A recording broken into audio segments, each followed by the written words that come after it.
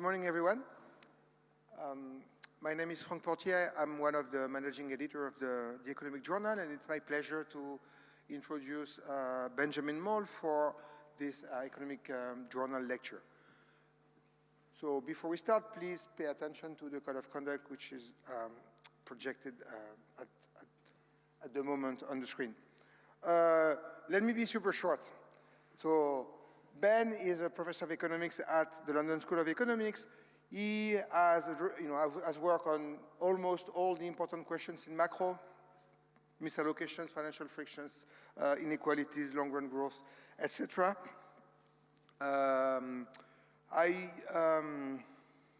He has also, he's a scholar, he's also like a teacher, and he has been like working to promote the use of new techniques in macro and in economics in general, in particular continuous time techniques. He's also, speaking up in the city. I mean not the city in London, but the Greek police. In society. He has been working on very interesting policy papers regarding the Russian gas embargo and its consequences on Germany. So it's my great pleasure to welcome Ben for a lecture today about lessons and challenges in heterogeneous agent models. Thank you, Ben.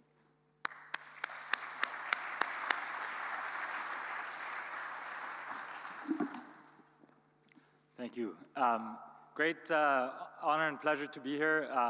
Thanks, Frank, for the nice introduction. Thanks, everyone, for coming. So this is about heterogeneous agent macro. As the title says, there's going to be 8 lessons and a challenge. The lessons, in particular, are going to be sort of about monetary and fiscal policy, and there's going to be 4 for each. And then I think more than half of the time I'm actually going to talk about sort of the challenge part, which is kind of the new thing.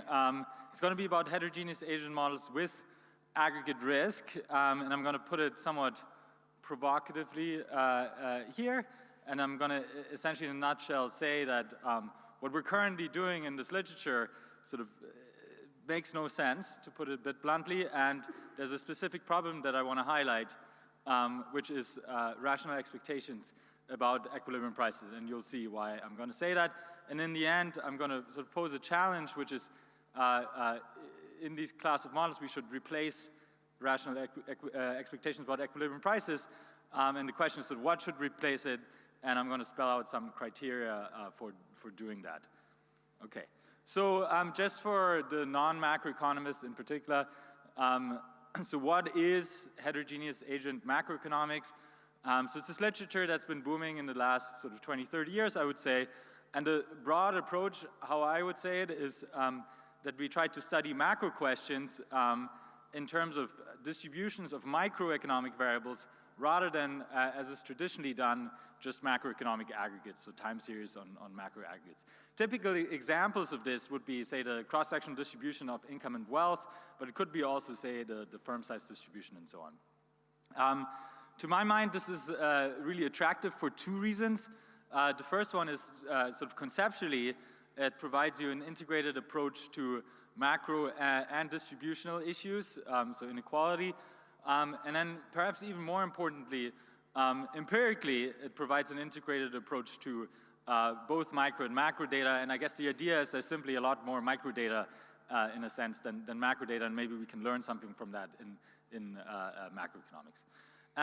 What comes out of this literature at a very high level is this sort of view of the world where there's typically sort of a rich interaction between distribution on one hand and sort of the macroeconomy on the other hand, in the sense that macroeconomic shocks and policies will have distributional effects, but then the sort of additional interesting thing is the distribution matters for macro, so that there's sort of this feedback from the distributional effects to the macroeconomy. Or those are often at the heart of the transmission of the shocks. Okay, maybe a different way of saying it is maybe even somewhat more precisely that I kind of like it sort of like the way to think is the macroeconomy is a distribution that somehow moves around over time. Okay, Today, I'm going to specifically talk about these heterogeneous agent models for monetary and fiscal policy, in particular these HANK models, where HANK stands for Heterogeneous Agent New Keynesian models, where we're marrying sort of the heterogeneous agent literature that's been around for a long time with these sticky price models, so the New Keynesian tradition. And I'm going to flesh out the predictions for monetary and fiscal policy and contrast them with these more traditional approaches, in particular the sort of more traditional representative agent New Keynesian models, or rank, sometimes we like to call them models, and sort of maybe what you could call old Keynesian models. So here I'm talking about sort of the Keynesian cross or ISLM models that we teach our undergrads. Okay, some background readings. This is going to be written up, right, this lecture, so those are going to be in there, and I'm also going to post the slides there. So I wanted to highlight one, which I'm going to come back to later. So the first one, where some of these lessons for monetary policy are going to come from.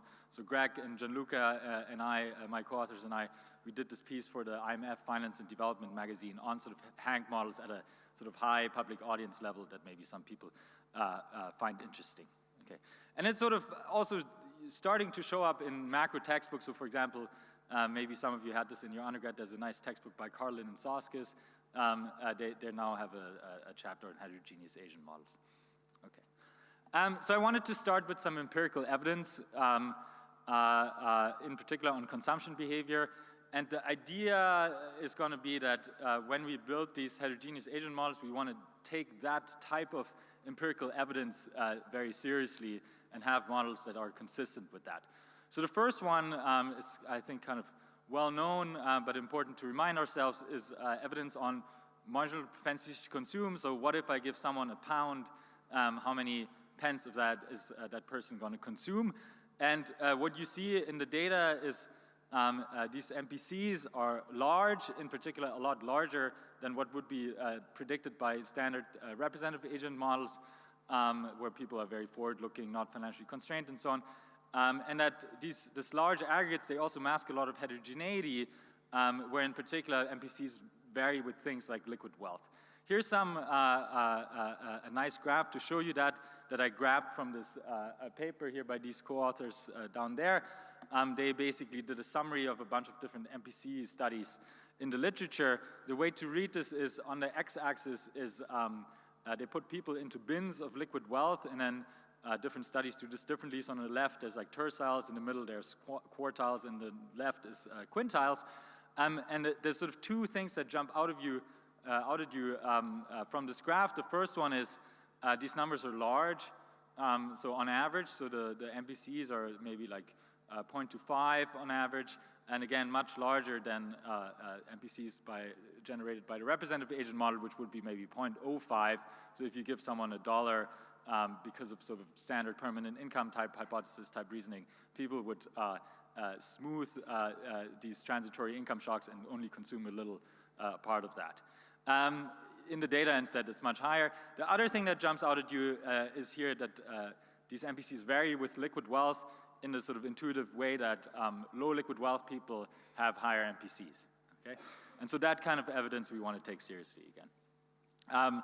Second thing is about how households respond to monetary policy, so interest rate cuts. So the first one was about income changes, this is about interest rate changes. This again, just an example, there's a nice paper here by Cloyne, Ferreira, and Surico, and what they do is they look at consumption responses to interest rate cuts in the United Kingdom and the United States, and they always put people into these three bins. So they, according to home ownership status, so people with a mortgage on the left, people who outright own their house in the middle, and people who rent their house on the right. And what you see, perhaps not surprisingly, is that people who respond most to interest rate cuts is people who have a mortgage, and they respond a lot more than people who outright own their houses. Interestingly, also people who are renting their houses respond. Their interpretation is this is a general equilibrium effect where these guys respond a lot to income changes, so coming back to the MPC story from before.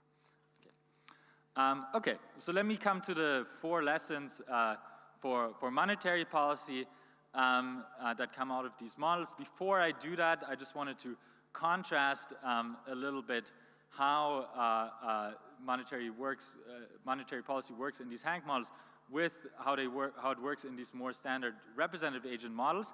And as many of you probably know, in these rank models, essentially monetary policy is all about intertemporal substitution. Meaning when interest rates fall, it's a bad time to save, it's a good time to borrow, and therefore you spend more. More mathematically, there's in these models an unconstrained representative agent. She's on her Euler equation, and you have just this very forward-looking behavior where you respond very strongly to these interest rate changes. In these models, there are also indirect effects working through labor income. So where the idea is because interest rates get cut first and people substitute intertemporally, that pushes up aggregate consumption, that pushes up aggregate demand, and that puts additional income into people's pockets because firms hire more and pay people higher wages. But it turns out these indirect effects in these rank models are tiny, okay? Another way of saying this maybe is these representative agent New Keynesian models, even though they have the name sort of New Keynesian in the title, they aren't really Keynesian at all in the sense that these sort of Keynesian multiplier effects that I just described are really small, right? This is another way of thinking about this as sort of an impulse and a multiplier, and the direct effect is sort of the impulse and the indirect effects is sort of the multiplier. Okay, and in the representative agent model, the multipliers are kind of small because of permanent income type hypothesis type reasoning. In terms of equations, this is sort of to remind you what's in the textbooks. This is what this kind of an Euler equation looks like. This is from the Galli textbook, for example, and you just see it as this very sort of hardwired relationship between interest rates and consumption in the sense that when interest rates fall, consumption on the left goes up, and there's just one parameter really that controls this, which is the intertemporal elasticity of substitution, okay? So, what's wrong with this intertemporal substitution logic? Well, really only one thing, which is that it's inconsistent with empirical evidence, okay? In particular, not everyone in the data is a permanent income type consumer. And as I've just shown you, there's many hand-to-mouth people in the data with high MPCs and low sensitivity to interest rates. Okay, that's exactly the type of evidence I showed you earlier. Furthermore, there's a lot of heterogeneity in these marginal propensities to consume.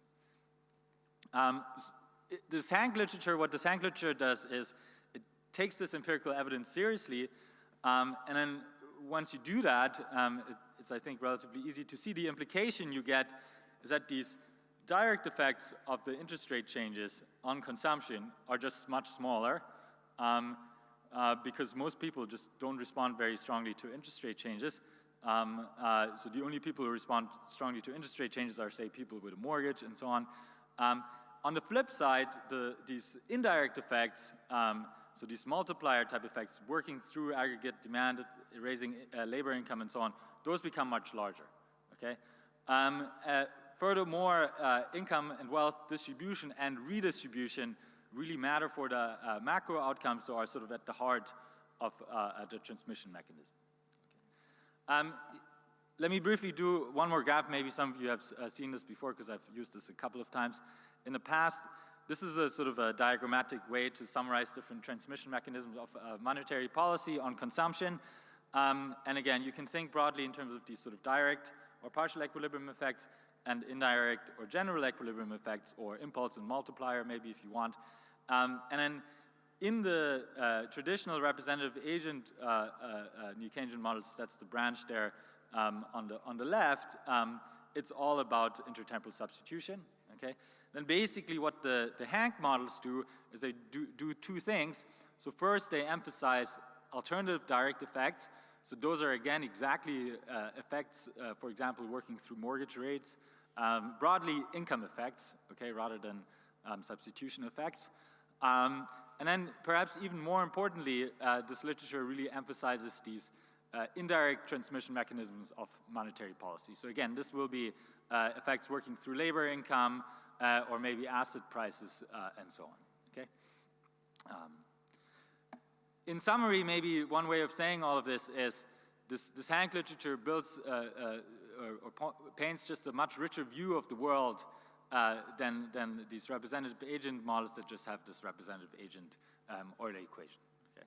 And so the world is complicated, I guess, is one way of saying it in a nutshell. Okay, so here are some of the lessons for monetary policy, and I'll do fiscal policy next. This is from this IMF piece that I highlighted earlier. The first lesson, I've already sort of talked about that, which we here call sort of predicting indirect policy impacts. It's just this lesson that because marginal propensities to consume are high, you get these stronger multiplier or indirect effects, okay? And if you think this through a little bit more, what this also says is that if you think about sort of how powerful is the central bank or how much of the monetary transmission mechanism is under the control of the central bank, what this is saying is, like, in contrast to what you'd think through the lens of a representative agent model, sort of a lot of the transmission mechanism of monetary policy isn't really under the control of the central bank, because it's all about these indirect effects working through labor income and so on, which then depend on all sorts of things that the central bank doesn't have control over. In contrast, right, in the representative agent New Keynesian model, there's, you know, the central bank can say exactly if I cut interest rate by 25 basis points by how much consumption will increase. The answer is just by the elasticity of intertemporal substitution times the interest rate cut, essentially. Okay. Lesson 2, we call it here, some ships are lifted higher, others are sunk. And I wanted to contrast that with the sort of, I think, traditional view of monetary policy, which maybe we could call a rising tide raises all ships, where the idea is that, you know, when you cut interest rates, it's sort of good for everyone. What these models say is that this is a fiction, it's much more complicated. Interest rate cuts have very large distributional effects. Okay, for example, people with a lot of debt benefit from interest rate cuts, and people with a lot of savings maybe are hurt by them.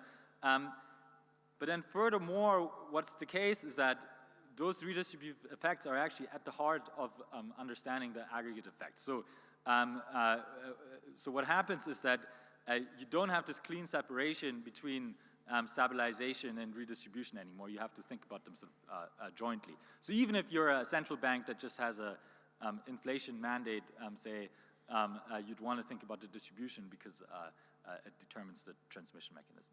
Lesson 3, we call it here, fiscal footprints matter.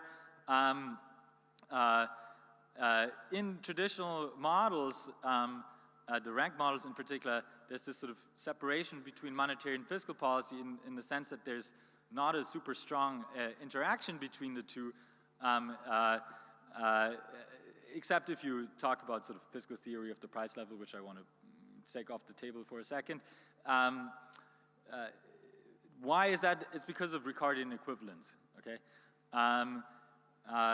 In Hank models, in contrast, Ricardian equivalence breaks down because people are constrained and so on, and as a result, when interest rates fall, that affects government budget constraints. In particular, interest rate falls are good for the government because it now has more fiscal space, and then it really matters what the government does with these extra resources. Does it give them to people immediately? Does it give them to people in the future? So that's exactly where the Ricardian equivalence breaking down matters. So this is kind of maybe makes sense of the argument you sometimes hear in the popular debate that, say, during the COVID recession, it was very important that the Bank of England, say, cut interest rates because it allowed the fiscal authority to do much more aggressive fiscal policy and fiscal stimulus, which it wouldn't have been able to do maybe with high interest rate or higher interest rates.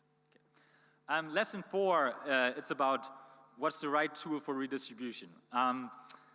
What you get very clearly out of this set of models is that monetary policy is a very blunt tool for redistribution. It has these large redistributive effects, but you don't want to necessarily use it as a tool for redistribution.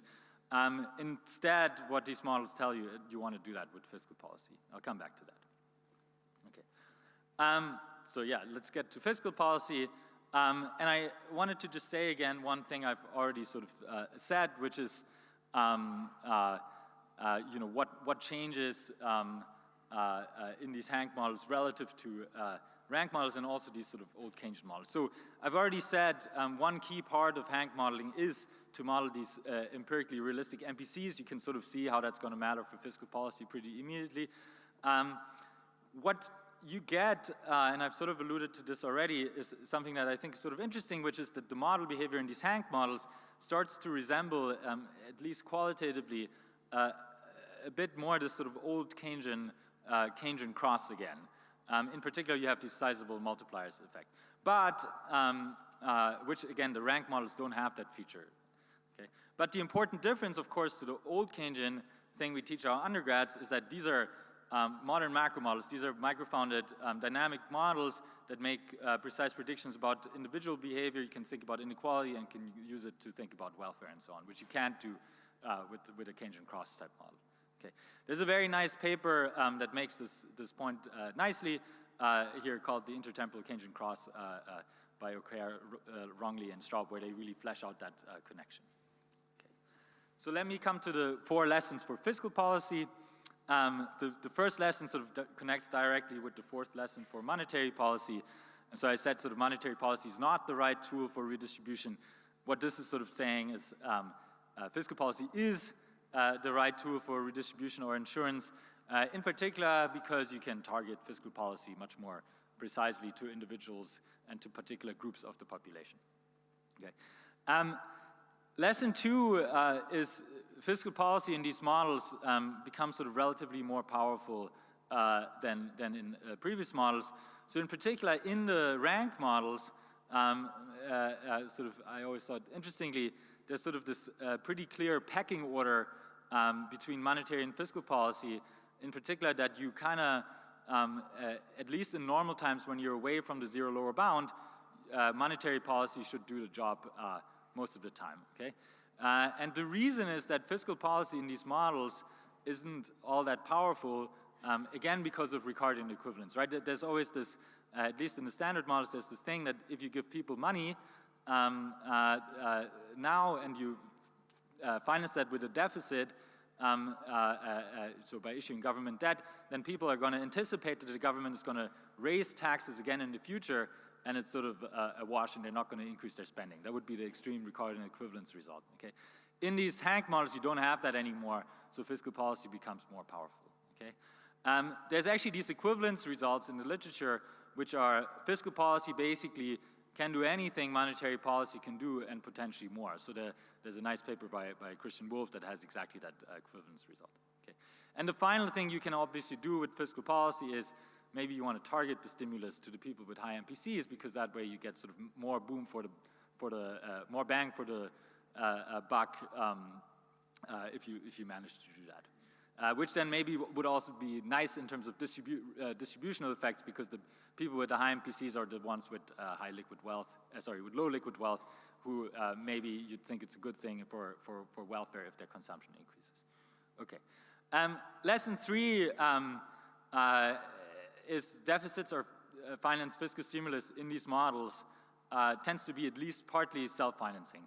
The reason for this is, again, very directly Ricardian equivalence breaking down. So what I mean by partly self-financing, right, is because you stimulate the economy, because there's these multiplier effects, you don't need to raise taxes as much in the future because the tax base increases because the economy gets stimulated. There's sort of a provocative paper by Angeletos, Chan, and Wolff that pushes this logic kind of to the extreme. It's called Can Deficits Finance Themselves, and they work out conditions under which it can. I don't think you have to necessarily believe that all deficits are completely self-financing, but there's definitely this force in these models toward them being partly self-financing. Okay. I presented this in the German Ministry of Finance, and there were a lot of puzzled looks about this part of the paper. The final lesson is insurance rather than stimulus, which is somewhat interesting. There's a very nice paper on this by Anmol Bandari, Sargent, and Golisov, and David Evans that thinks about where do the welfare gains from stabilization actually come from. And what you actually find in these models is that the largest welfare gains come not really from sort of stimulating or fine-tuning aggregate demand, but just from sort of alleviating hardship or providing insurance. So think about a shock like the COVID shock that hits particular people or sectors of the economy asymmetrically. Think about hospitality workers in particular, say waiters. We've looked at this for a paper in the data. Liquid wealth of waiters was something like on average like £1,000, which is some really low number.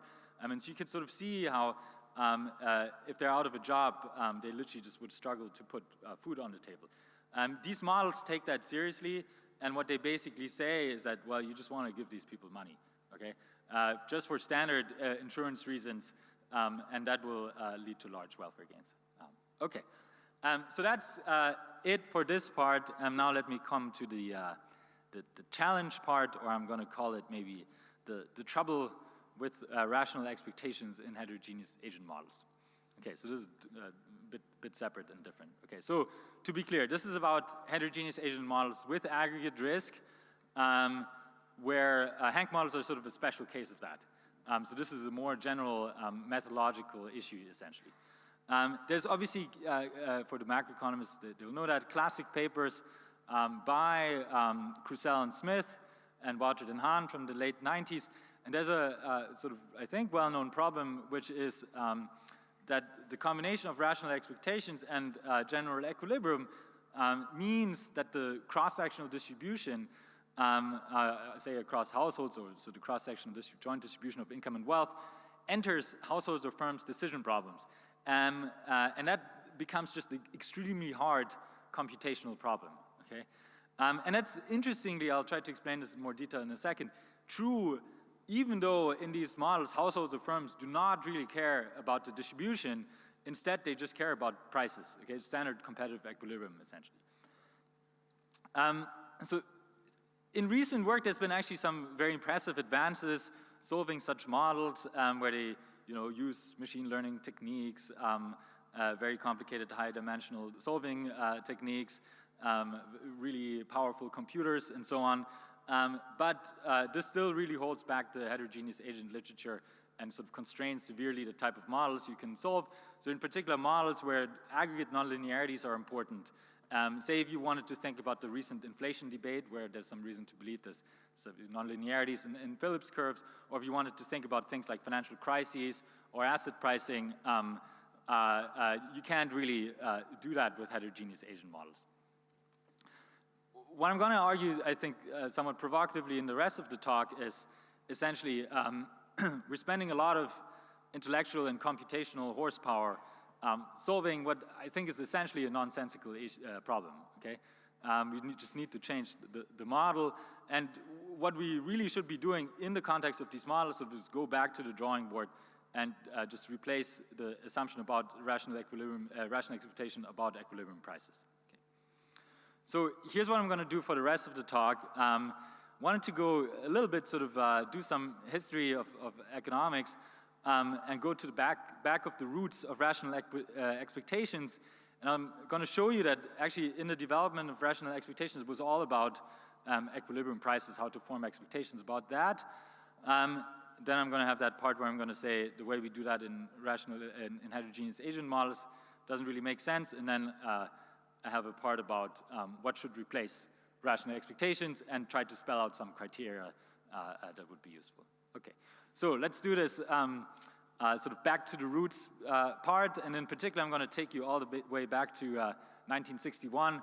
This is when this very important paper by John Muth was written, who was sort of the father of rational expectations, and I'm also going to take you then to Lucas Prescott Sargent and co, who sort of then took that idea and sort of ran with it and really popularized it. Okay, and the key message here is going to be again that better modeling of expectations of equilibrium prices was really sort of the central goal in this development.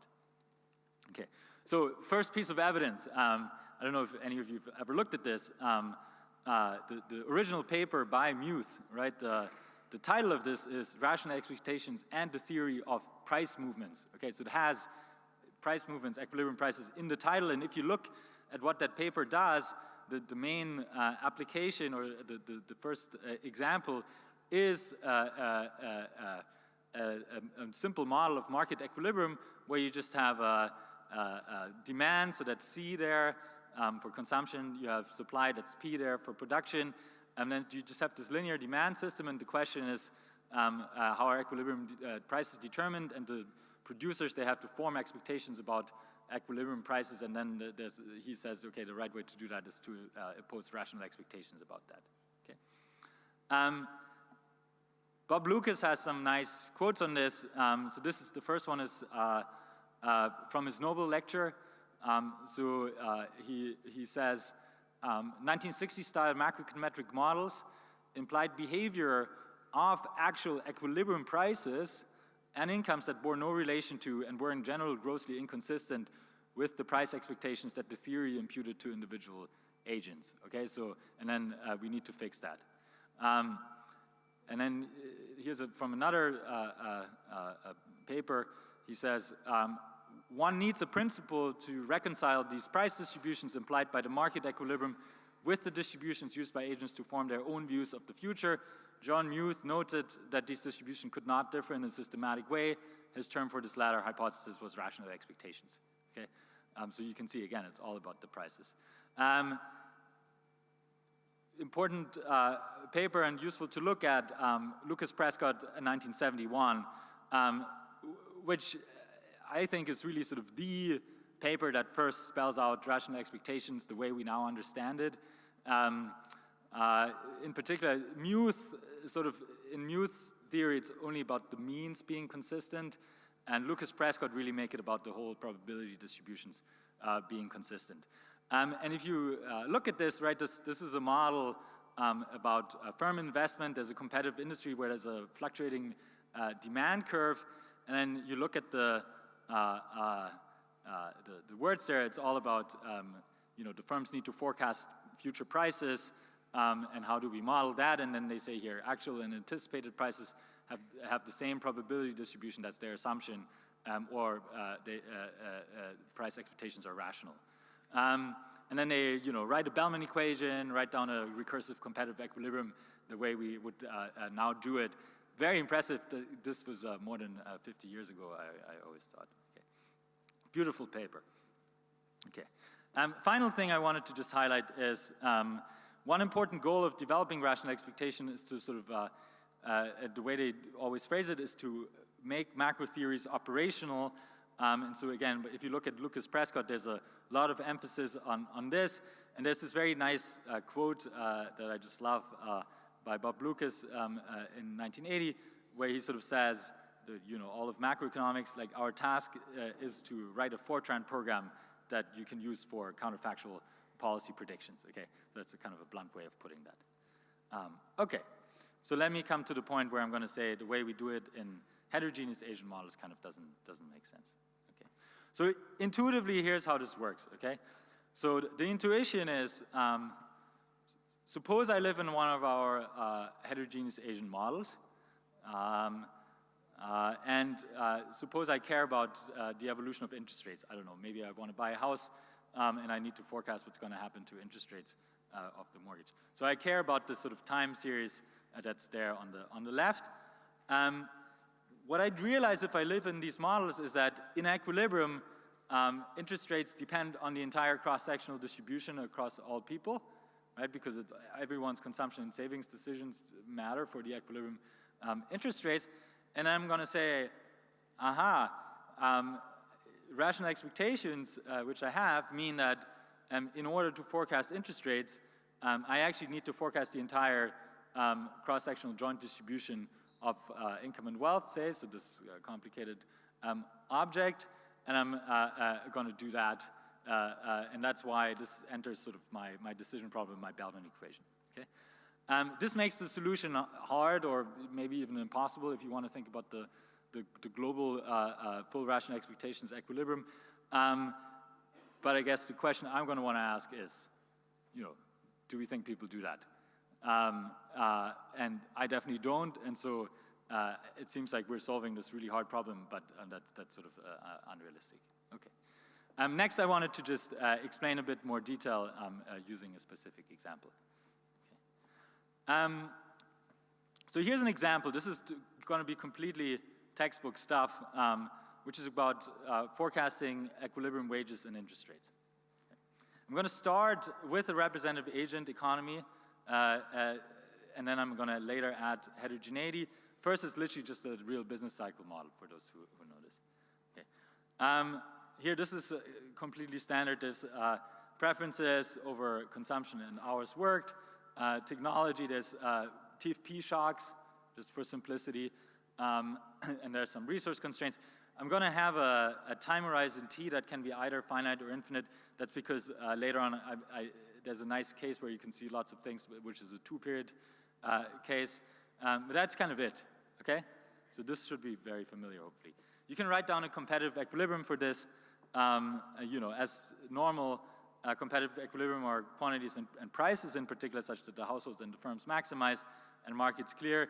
The households solve a consumption saving decision here, and the firms, you know, choose investment to maximize profits. So this is all completely standard. Note in particular, they just care about the prices here, and they need to forecast that. Okay. So let's think about how they do that, and let's just focus on wages for a second. And interest rates are going to be similar. So how are wages determined in equilibrium? Well, from the household maximization problem, you get a labor supply. Okay, that's standard. From the firm maximization problem, you get a labor demand, and then you can find the equilibrium wage by equating demand and supply. Okay, so far so good. What will you get out of this? You will get that the equilibrium wage will, in equilibrium, depend on the capital stock in the economy, which is the capital stock of this representative firm, and the aggregate productivity of the representative firm. Okay, and then people are going to, forecast those in order to forecast the wage and the interest rate. You can see that even in the representative agent model, it's actually kind of a complicated equilibrium in a sense, because people are sort of thinking through that with rational expectations. They understand exactly how in equilibrium the wage depends on the capital stock and aggregate productivity. Okay. Here's solution methods for the representative agent case. Roughly there's 2 types of solution methods. One is you can tackle the competitive equilibrium directly. It's actually pretty hard if you want to solve it globally, so not just like linearize. And so as a result, what most people actually do, at least in this sort of RBC type model, is just solve this via the planning problem. Right? You know that the welfare theorems hold there, so you solve it via a planning problem.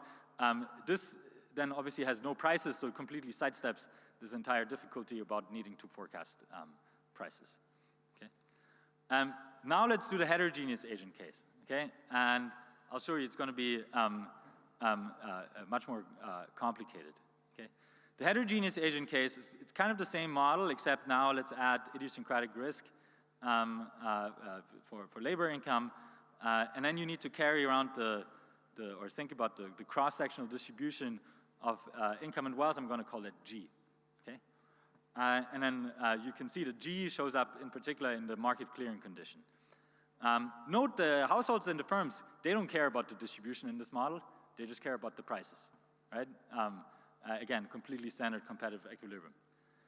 But then what matters is that, what happens is that, let's think about what do the prices look like in equilibrium. So as before, you get labor supply and labor demand, but now the labor supply, for example, will depend on things like individuals' households' wealth, okay, AIT.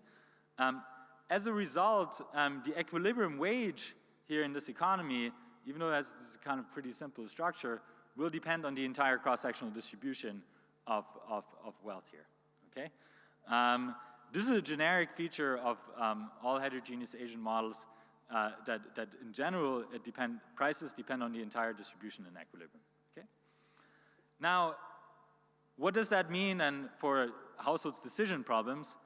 It means that because of this feature, because they have rational expectations, they actually need to forecast prices by forecasting distributions, okay?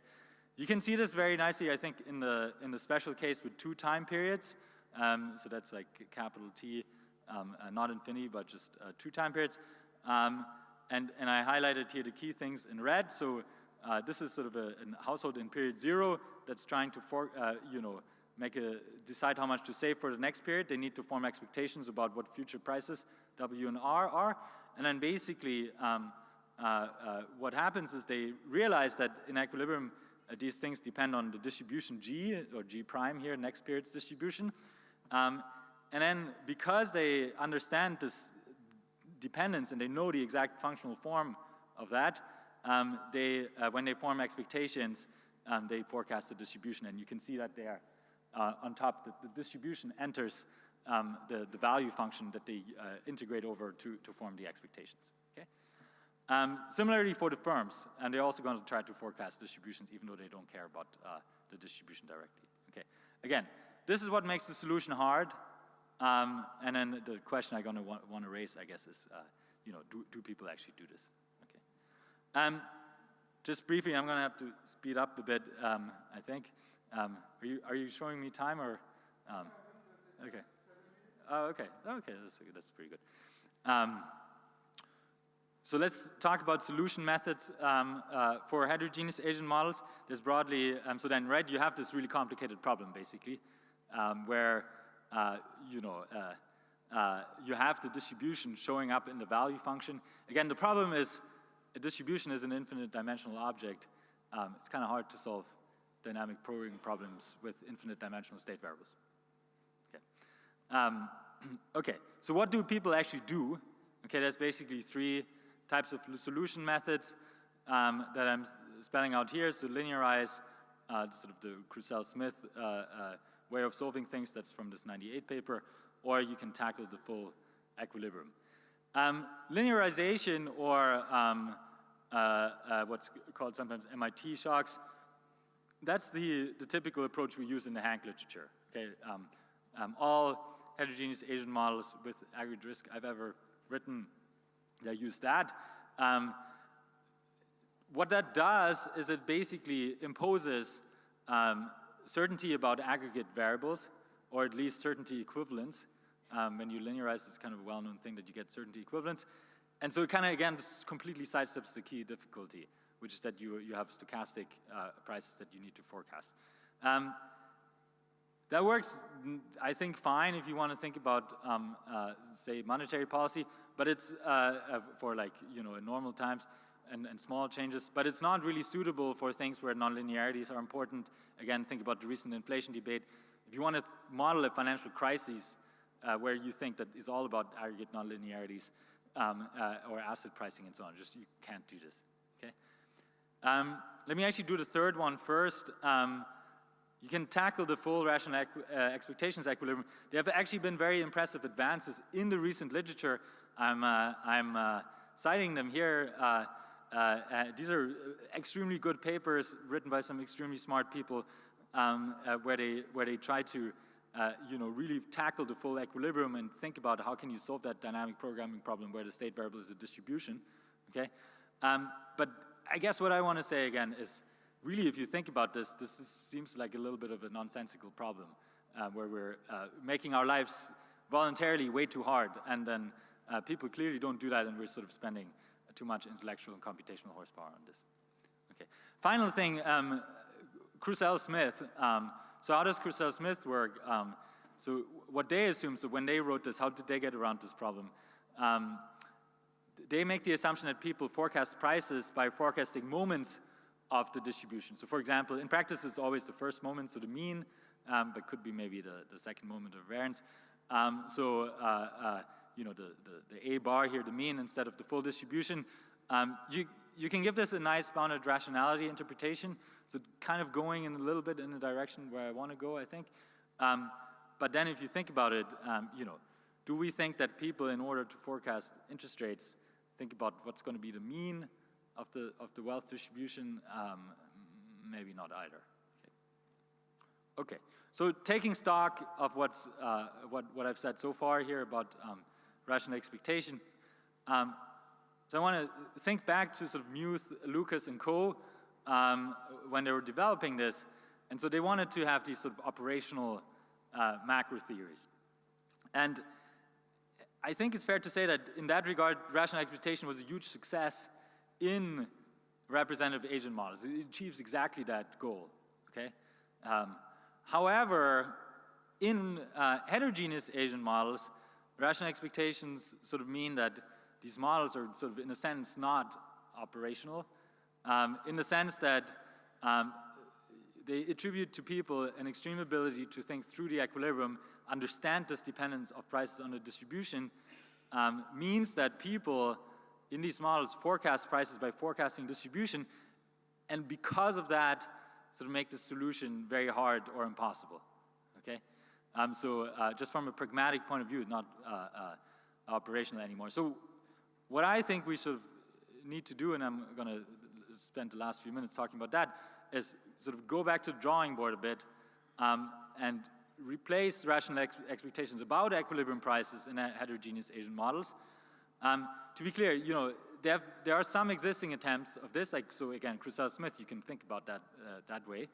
But I think we just need to be a little more systematic and start sort of from first principles.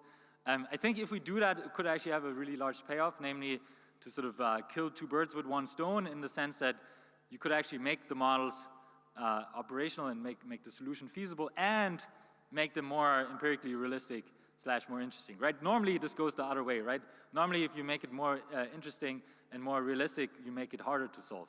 Here you could actually have it sort of, that you actually make it both easier to solve and more realistic. Okay, so in the last few minutes, let me just talk very briefly about what should replace rational expectations in my mind. So just to be very clear at the outset, it's sort of like, I only know the problem, not the solution. So that's why I sort of, I'm posing as a challenge. But I'm gonna try to spell out some criteria that I kind of find reasonable in some sense.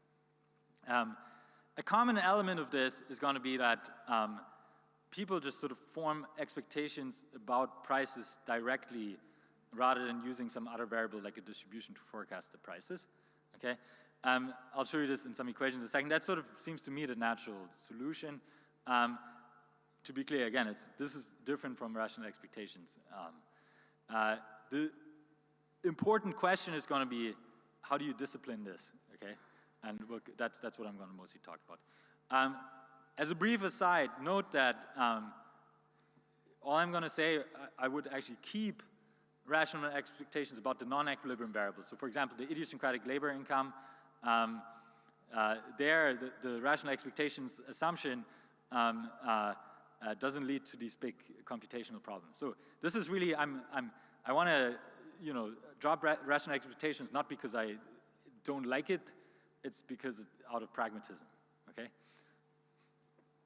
Okay, so in this two-period example, this was the equations I've already written down, and this is this thing that people forecast distributions to forecast prices. The obvious thing to do is basically just to, you know, again, make people form expectations about prices directly in the way it's written in the equations there.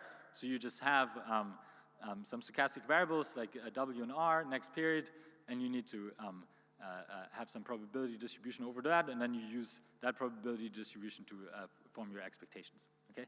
Now, note, again, it should hopefully be clear, this is different from Crusell-Smith, where you forecast prices using moments. There's one exception, which is actually kind of interesting. So there's some people, but I think I'm only really aware of one paper, that have done something kind of clever. So they said in Crusell-Smith, we're just going to use the price as the moment that people use of the distribution. And that, you know, a price is a moment of the distribution. So that's kind of getting in similar to what I would do. Okay, so the challenge here is obviously to discipline these price expectations. Again, just to be clear, I'm going to use now going forward this slightly more general notation here, right? There's some value function of individuals that's defined over idiosyncratic state variables x here and future prices p, and you need to forecast the future prices, have some expectations over that, and the question is what's the probability distribution that you use to compute those expectations. Like that integral, right, in the expectation, what's the probability distribution that you're using there, okay? The challenge, of course, in all of this is going to be sort of navigating what some people, and I think this is due to Tom Sargent, have called sort of the wilderness of non-rational expectations. Tom has this very nice AA presidential address where he basically says, there's such a bewildering variety of ways to imagine discrepancies between objective and subjective distributions that it's kind of hard to know which one to pick. And there's a quote I like even better, right? He sort of says, there's an infinite number of ways to be wrong, but only one way to be correct. And that is exactly the issue here, right? And then he sort of says, what's nice about rational expectations, it has this discipline, and we want to retain some of that. So you don't want to go, you know, too crazy, basically. And I think I kind of share that. Okay. So here are 3 criteria for forming these price expectations that I sort of came up with. And this, I'd be interested in feedback. Maybe people have additional ones. The more criteria we have, the better, because we can sort of narrow it down and navigate the wilderness. Okay, the first thing is obviously it should simplify the solution of the heterogeneous agent models, make them operational. That actually constrains pretty quickly a bunch of, rules out a bunch of common ways people model non-rational expectations.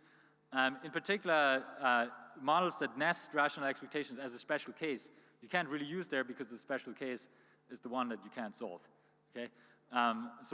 In particular, a very prominent example of this is diagnostic expectations. The way that's always modeled is there's a parameter theta. If you set theta equals 0, you have the rational expectations as a special case. That doesn't work here, so you need to kind of go further away from that. Okay. Consistency with empirical evidence. So there's actually a very large literature, and I think we need to leverage that. For example, on survey expectations, there's a nice paper by Angeletos, Hua and Sastry in the Macroannual that summarizes that, and that probably has some lessons. What you see in the data always is large heterogeneity of survey expectations, okay? That suggests that maybe we need some heterogeneity in these probability distributions as well, which is then heterogeneous agent models are actually the natural way to do that, obviously. This is then obviously in contrast to rational expectations. There's this nice phrase, this is also Tom Sargent, I think, which is that rational expectations is a communist assumption, right? Because everyone has the same probability distribution over equilibrium objects. Here, this would not be the case. And then the final thing is, I do think we do need some consistency, at least, with actual equilibrium prices. So this goes back to this Lucas quote that I had. We don't want we want the distribution that people use to form expectations to be sort of not too far from the actual price distribution that's generated by the model. So it does need to be some sort of a fixed point problem, but perhaps we don't need to have the entire distributions to be consistent. Maybe it's just enough to have the conditional means be consistent or something like this. Okay, so let me wrap up. So in summary, I think these Hank models have been exciting to work on, at least for me, and they really change how we think about macro policy in some ways. And I had these 4 lessons for each of monetary and fiscal policy. And then just want to say again the main message there about what's the trouble with rational expectations and heterogeneous agent models. So to put it a bit bluntly, we spend a lot of intellectual and computational horsepower solving this, what I think is a somewhat nonsensical problem. We should just drop rational expectations about equilibrium prices and replace it with something else. The open question is what? In particular, how to navigate this wilderness. And I spelled out some criteria, but this is, again, I think there's a really large payoff from doing that. Again, you could sort of kill 2 birds with 1 stone, make it both more realistic and easier to solve, and I think that's a good thing to work on. All right, thank you very much for listening.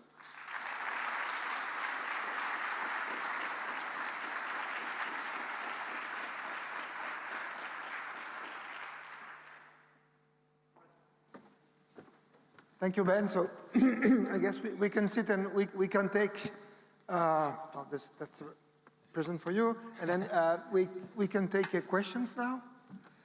Maria Cristina. Excuse me.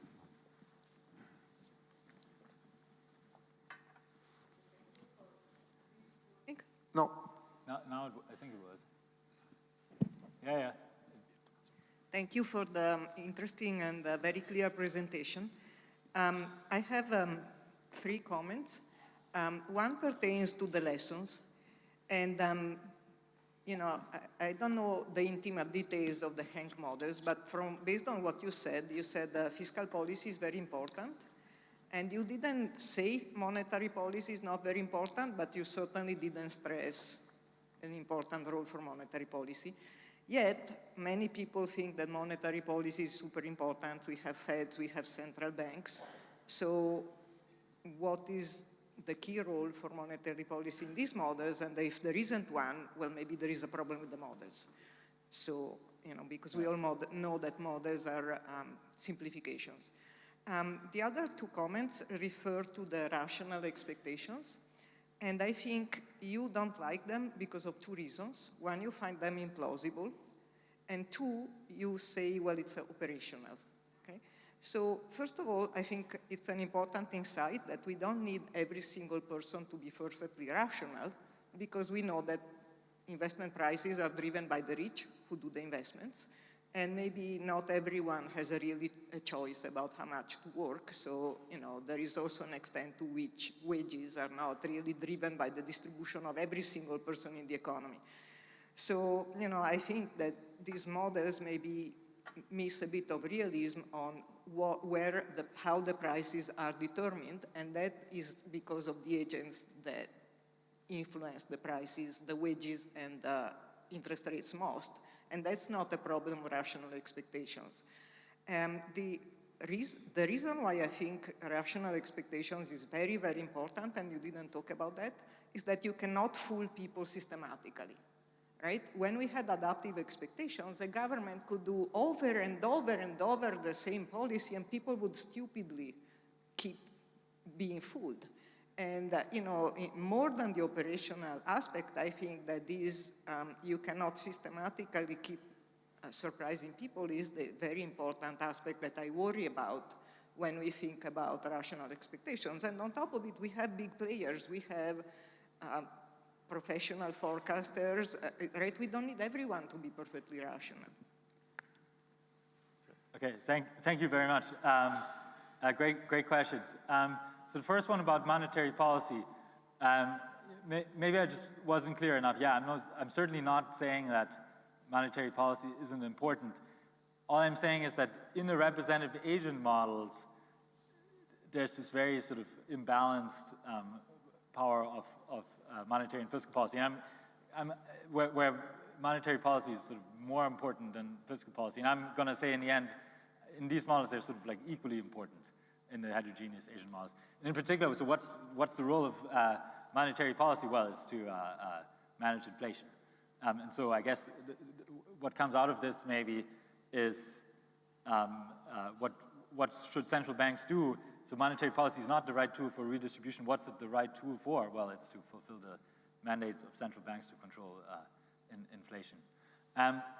Second and third questions about rational expectations. So about the fooling people thing, yeah, completely. So I totally agree with that. But I think that would be in terms of like these criteria. So you don't want to have just pure adaptive expectations where people are completely backward looking and then you kind of keep fooling them. That would be exactly going back all the way to the 1960s, which we don't want to do. You know, I had this list of 3 criteria, and I think exactly that I had the third one in that list of criteria was that we do want the expectations to have this sort of a fixed point property where the distribution that people use to form their price expectations is consistent with the equilibrium prices. That I think would take care of your concern that you can't fool people systematically. And the second question, sorry, now I'm forgetting what it was. What do you remember? So what was your second question again? Don't find rational expectations plausible because it imposes a lot, but you don't need everyone to make those kind of calculations. Yeah. No, okay, it's great point. Yeah, I'm very sympathetic to that. Again, just to be clear, it's not like rational expectations being implausible is like my main reason for disliking them. My main reason for disliking them in that class of models is that they mean you can't solve the models. Okay? So it's a pragmatism type of thing.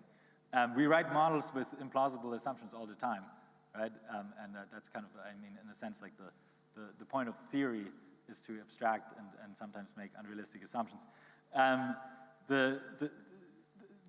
agree with you that one other way of fixing it would be to maybe, another way of saying what you're saying is like to go away from these models where there's this like extreme competitive equilibrium concept where like the prices are determined by everyone's decisions and instead it's sort of just a subset of the population. And maybe that would be an alternative way of doing it. I do still think that unless you then just have like, say, in your thing where, you know, interest rates and asset prices are determined by financial market participants, you'd have the same problem again, unless you only have like one participant in financial markets, you have like a sort of a representative agent in the financial markets, then you'd still have the same problem that the equilibrium prices would depend on complicated things and would just make the computation hard. I think that's the issue. Thank you, Ben. So I'm afraid it's about time, so unless there is like a very urgent question that will have a short answer. Oh, okay, so thank you very much, Ben, for this lecture.